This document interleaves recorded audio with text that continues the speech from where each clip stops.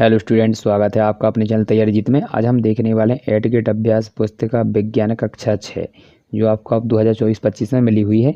इसके हम अध्याय को लगाने वाले हैं। यदि आपने इसके पिछले अध्याय नहीं लगाए हुए हैं तो आप वीडियो के लास्ट तक बने रहिएगा, आपको प्लेलिस्ट दे दी जाएगी तो आप सभी पाठों को एक साथ में देख सकते हैं।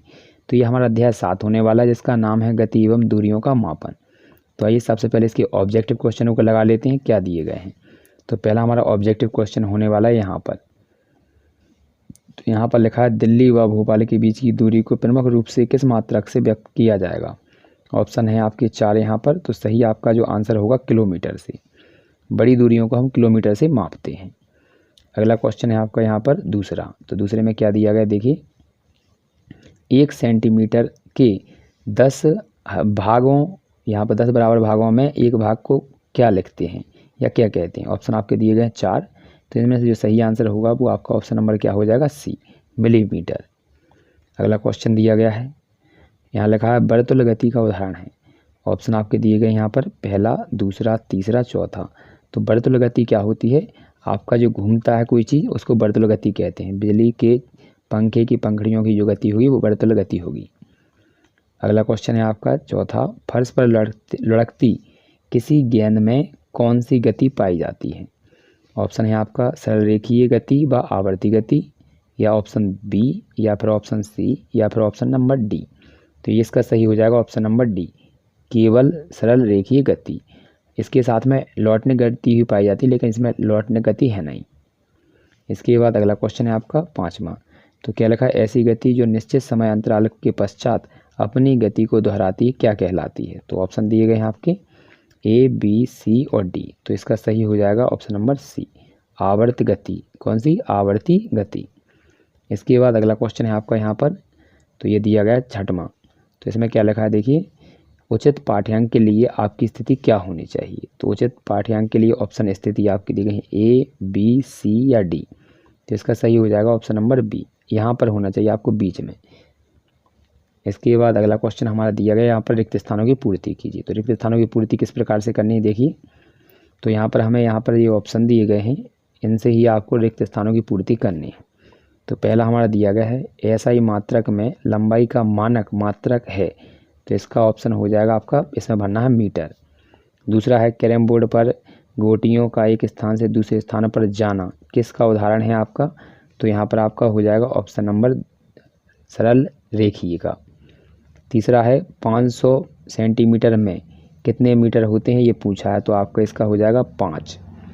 चौथा क्वेश्चन है स्कूल की घंटी का बजना का उदाहरण है। तो ये ऑप्शन आपका हो जाएगा सही, आवर्ती गति का। सिलाई मशीन के पहिए की जो गति होती है उसमें हो जाएगा आपका वर्तुल गति। तो ये भर लीजिए अच्छे से। तो पहले में हमें भरना है मीटर, दूसरे में आपको कैरम बोर्ड की जो गति है वो सरल रेखीय, और तीसरे का 500 में भरना है 5। इसके बाद स्कूल की घंटी की हो जाएगी आवर्ती गति, और लास्ट हो जाएगा आपका वर्तुल। इसके बाद हमारा जो अगला क्वेश्चन होने वाला है तो उसको देख लेते हैं। ये दिया गया हमारा क्वेश्चन नंबर 6वां। तो यहाँ पर क्या दिया गया है, प्राचीन से आधुनिक परिवहन के साधनों के नाम क्रम से लिखने हैं। तो देखिए हमारा पहले क्या है, बैलगाड़ी, फिर नाव, साइकिल, पानी का जहाज, यहाँ पर रेलगाड़ी, बस और हवाई जहाज। ये आंसर हो जाएगा आपका इसका। तो इसको अच्छे से नोट डाउन कर लीजिए। ये वाला चित्र नीचे वाले का है, इसमें नहीं बनाना है आपको। तो देखिए क्या लिखा है यहाँ पर, ये दिया गया क्वेश्चन। तो इसको अच्छे से पढ़ लीजिए। धागे की सहायता से किसी वक्र रेखा की लंबाई का मापन किस प्रकार करेंगे। तो देखिए किस प्रकार करेंगे। तो यहाँ पर धागे के एक सिरे को बिंदु ए, यहाँ पर आप देख सकते हैं ये इस चित्र में दिया गया है, तो इसको देख लीजिए। तो यहाँ पर ये बिंदु ए पर अच्छे से पकड़ लेना है, क्योंकि यहाँ ये कुछ नहीं है, यहाँ पर ये एक्स्ट्रा भाग है तो यहाँ से नापनी है। तो ए पर स्थित करेंगे, धागे को आकृति के अनुसार आकार देते हुए बिंदु बी तक ले जाएंगे, यानी यहाँ तक। फिर धागे को इसको स्केल से मापकर आकृति की लंबाई को ज्ञात कर लेंगे। ये अच्छे से याद कर लीजिएगा। नेक्स्ट क्वेश्चन है आपका यहाँ पर चौथा। तो क्या दिया गया चौथा क्वेश्चन। तो यहाँ पर ये लिखा है, बूझो अपने घर के सामने सीधी सड़क पर किसी परिवहन की गति की परीक्षण कर रही है, बताइए परिवहन की गति कौन सी होगी। तो इसका सही आंसर हो जाएगा आपका, सीधी सड़क पर किसी परिवहन की गति सरल रेखीय गति होती है। नेक्स्ट क्वेश्चन है आपका, जब आप मैदान में गेंद से खेलते हैं तब लुढ़कती हुई गेंद दूर चली जाती है, लुढ़कती हुई गेंद में किस प्रकार की गति होती है? तो यहाँ पर हो जाएगा लुढ़कती हुई गेंद में सरल रेखीय गति के साथ साथ कौन सी होती है? घूर्णन गति भी होती है। इसके बाद छठवां क्वेश्चन है, तो ये दिया गया आपका, तो यहाँ पर लिखा है पलकों की गति हृदय की पेशियों की गति किस प्रकार की गति का उदाहरण है? तो पलकों की गति एवं हृदय की पेशियों की गति की जो है वो आवर्ती गति का उदाहरण है। अगला है हाथ की हथेली एवं पैर के पंजों का उपयोग मापन की इकाइयों के रूप में क्यों नहीं किया जाता है? तो इसका आंसर लिखेंगे हम यहाँ से, क्योंकि प्रत्येक व्यक्ति के हाथ की हथेली तथा पैर के पंजे का माप समान नहीं होता है। इसमें मापी गई माप अलग अलग व्यक्तियों के लिए अलग अलग हो सकती है, इसलिए नहीं मापा जाता। अगला क्वेश्चन दिया गया आपका नीचे, इन वस्तुओं को स्थिर गतिशील वस्तुओं में वर्गीकृत करना है कि कौन सी वस्तु आपकी स्थिर है और कौन सी आपकी गतिशील। तो ये नीचे दी गई हैं, तो इनमें से आपकी देखिए गतिशील हो जाएगी लुढ़कती हुई गेंद, चलती हुई रेलगाड़ी, उड़ती हुई चिड़िया और सुइयों की गति हो जाएगी। तो इसको भरना है हमें, तो आइए इसको भर लेते हैं किस प्रकार से। तो ये दिया गया है, तो अच्छे से कंप्लीट कर लेना है। तो स्थिर आप यहाँ पर गतिशील में आपने किया था लुढ़कती हुई गेंद, चलती हुई रेलगाड़ी, उड़ती हुई चिड़िया और आपका हो जाएगा घड़ी की सुइयाँ। इसके बाद स्थिर में होगा आपका टेबल, मेज, घर और यहाँ पर दीवाला घड़ी। तो ये आंसर हो जाएंगे। अगला क्वेश्चन दिया गया आपका 9वां, क्या लिखा है? किसी वस्तु की लंबाई दी गई आपकी 2.54 मीटर, इसे आपको सेंटीमीटर बदलना है और मिलीमीटर में। तो आप यहाँ लिखेंगे, पहले हम बदलेंगे इसको सेंटीमीटर में। तो 1 मीटर में कितने सेंटीमीटर होते हैं? 100 सेंटीमीटर को cm भी बोलते हैं। इसके बाद हमें निकालना है 254 का, तो हम दोनों साइड 254 का गुणा कर देंगे। तो इसमें करेंगे तो 254 का 254, अब इसमें गुणा करेंगे तो इस प्रकार से लिख लेंगे। इसको लिखने के बाद आपको गुणा कर लेना है यहाँ पर, तो ये 254 का इसमें गुणा करेंगे तो ये आपके 2 जीरो और लग जाएंगे। इसमें दशमलव के बाद 2 अंक है, तो इसमें भी दशमलव के बाद 2 अंक है। दशमलव के बाद जीरो का कोई मतलब नहीं होता, तो केवल कितने बचेंगे? 254। अब इसके बाद हमें इसको किस में बदलना है? मिलीमीटर में। तो 1 मीटर में 1000 मिलीमीटर होते हैं, मिलीमीटर को बोलते हैं mm। इसके बाद इसमें आपको क्या है? 254 दिया था मीटर, तो 254 का इस साइड गुणा करेंगे और 254 का इस साइड गुणा करने के बाद इसमें है 3 जीरो, तो इसमें 3 जीरो बढ़ जाएंगे, तो 1 2 3। अब आप देखेंगे दशमलव के बाद 2, ये यहाँ पर अंक हैं, तो दशमलव के बाद 2 जीरो बाद अंक लग जाएगा आपका दशमलव का। दशमलव के बाद जीरो का कोई महत्व नहीं होता, तो काट देंगे, तो इसके बाद हमारी जो संख्या बचेगी वो ये हो जाएगी।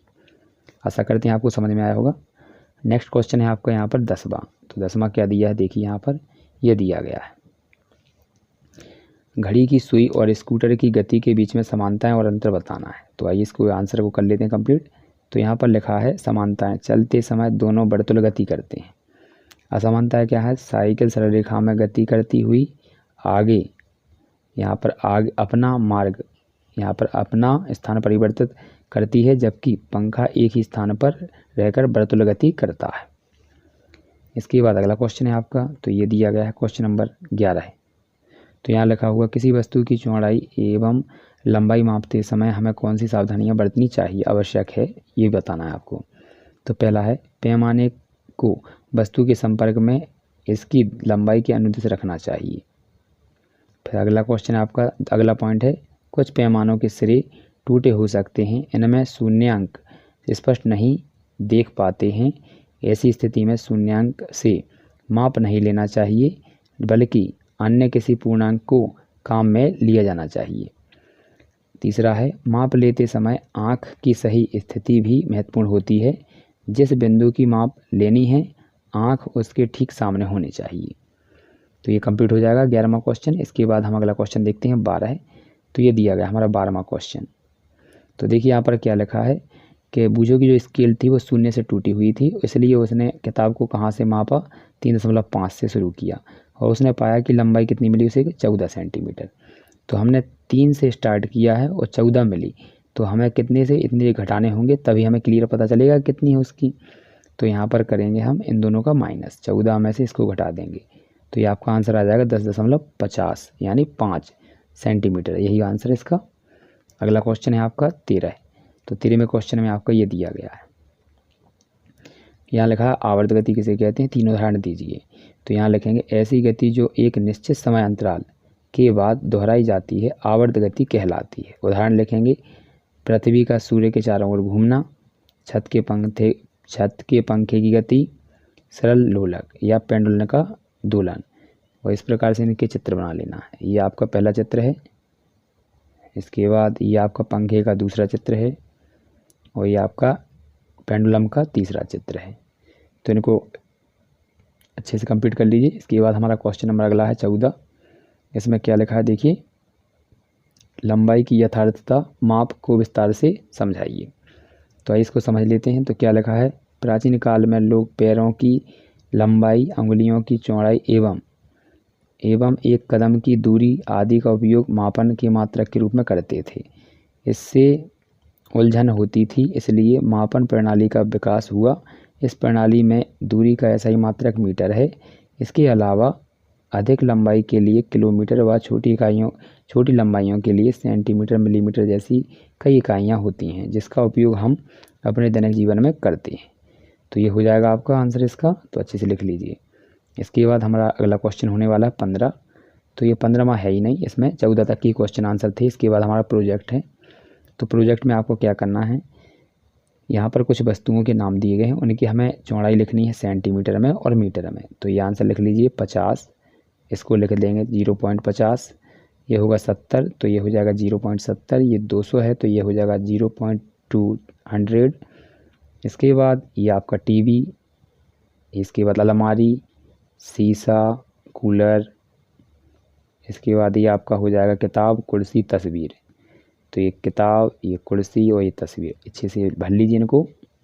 आशा करते हैं आपने अच्छे से भर लिया होगा इनको। अब अगला आपका एक और प्रोजेक्ट कार्ड है इसका। तो इसमें क्या दिया गया है देखिए, इसकी आपको क्या है, वस्तुओं के यहाँ पर नाम लिखने हैं और उसकी गति लिखना है। तो पंखा लिखेंगे, वर्तुल गति करता है। पहिया भी वर्तुल गति करता है। लोलक आपका दोलन करता है। इसके बाद आपके और दिए गए हैं, ग्रह आपका घूर्णन करता है। पानी आपका सरल रेखीय गति करता है। बस भी आपकी कैसी करती है, सरल रेखीय गति। अब आपने 3 यहाँ पर अपने मन से भर लेने हैं और उनकी गति लिख देनी है। तो आशा करते हैं आपको अच्छा लगा होगा वीडियो। तो मिलते हैं अगले वीडियो में।